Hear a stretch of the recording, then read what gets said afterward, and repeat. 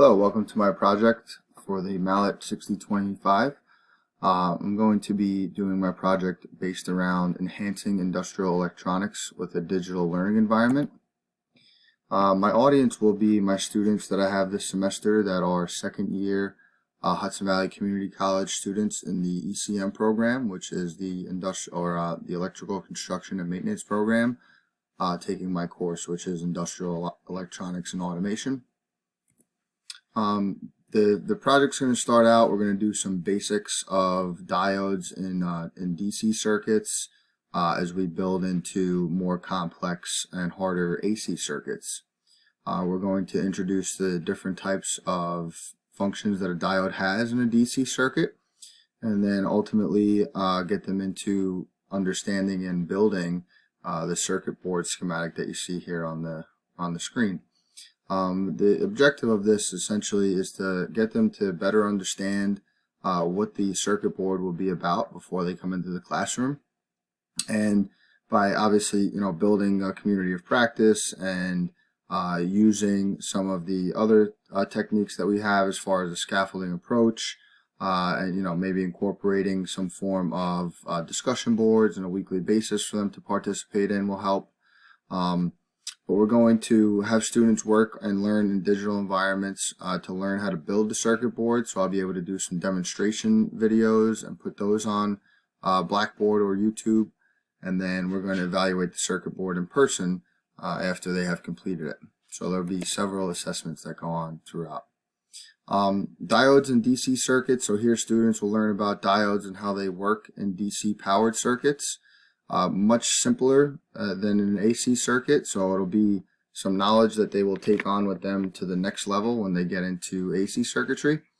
We will talk about diode construction and function, about how they are semiconductor devices and have a PN junction, and then basic terminology about diode function. We talk about forward and reverse bias voltages. We talk about the PN junction being saturated and how electron flow and current flow theories are actually opposite. Here students will be required to complete in-person labs and do lab reports on a weekly basis. Beginning with the single-phase half-wave rectifier and building into full-wave rectifiers, students will begin to build on prior knowledge. Students will complete online tasks such as circuit calculations, so that'll be the theory portion of it. And there's a whole other class that goes along with this, but this project will take place primarily in the lab class, and this will help them apply theory to situations and scenarios in the hands-on labs. Some of the other things that we'll look forward to is beginning the circuit board. Students will be able to review the information through digital media that will help explain the design and circuit and function of the circuit. Continuing to work in a digital environment, they will be able to work together, so they could, maybe it'd be really nice to have some kind of 3D or automated software where they can go in, similar to what an Interplay or Cengage offers, where they can actually go in and use live circuits and simulate functioning circuits. Another idea I had there was forming a Facebook page for student interaction. They can share, images that they might find or things outside of the classroom, a little bit more of a laid-back environment.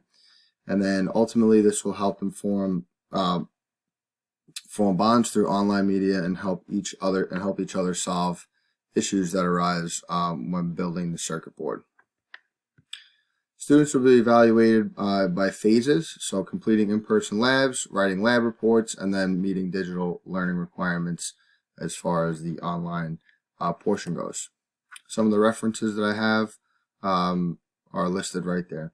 I'll be sure to include these in the information below as well. Thanks for watching.